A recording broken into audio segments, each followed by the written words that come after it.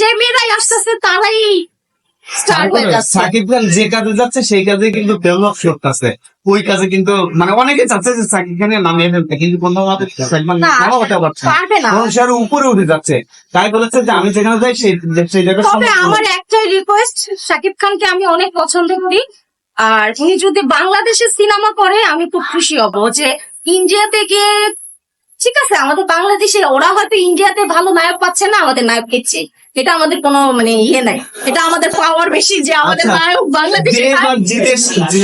জিত এরা হচ্ছে সাকিব খানের সাথে টক্কর দিতে চায়, আপনাদের কি মনে হয় জিত কি সাকিব খানের কাছে পারবে? অসম্ভব ব্যাপার, ওরা ওদের কাছে কালচারের সাথে ওদের নায়কের কাছে, কিন্তু আমাদের নায়ক আমাদের কাছে অনেক বড় কিছু। ওইখানে গেলে ওদের কাছ থেকে আমাদের শাকিব খান অনেক বেশি, অনেক বড় মাপের মানুষ। এখন জানি না, তার সাথে কখনো চলাফেরা করি নাই। একটা মানুষকে তখনই চিনা যায় যার সাথে ঘোরাফেরা যায়, চলাফেরা যায়, খাওয়া দাওয়া করা যায়, তার সাথে ওঠা বসা হয়, তখন ওই মানুষটা সবকিছু চিনা যায়। আমরা তো দূরে থেকে অনেকেই অনেক কিছু বলি, আর আমাদের বাংলাদেশটা হচ্ছে একটা নেগেটিভ চিন্তাটা নিয়ে সবসময় বাস করে, কাউকে উঠতে দেয় না, নামানোর চিন্তা করে।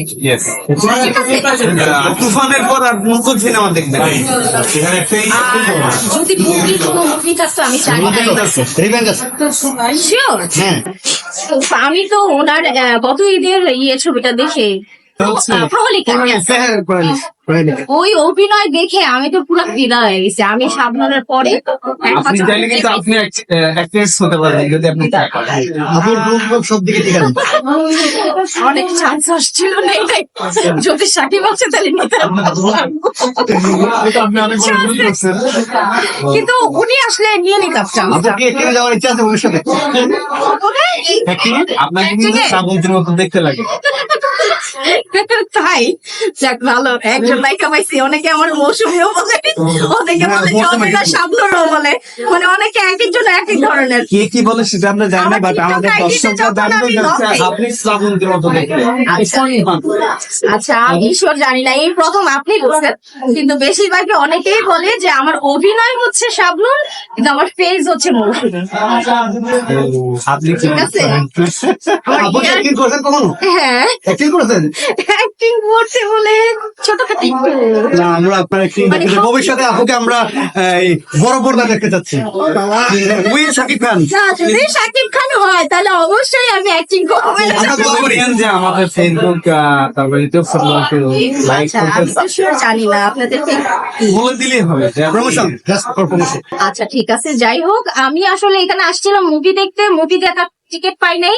যে চ্যানেলে আমি কথা বলছি, আপনারা সবাই সবাই এই চ্যানেলে লাইক দিবেন, শেয়ার করবেন, মেসেজ করবেন, আর কি সাবস্ক্রাইব করবেন, আর যা আছে মানে সব দিয়ে দেন, আমার আর কিছু নেই।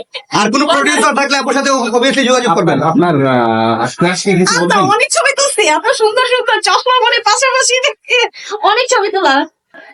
প্রিয় সাকিব খান, অনেক ক্রাশ।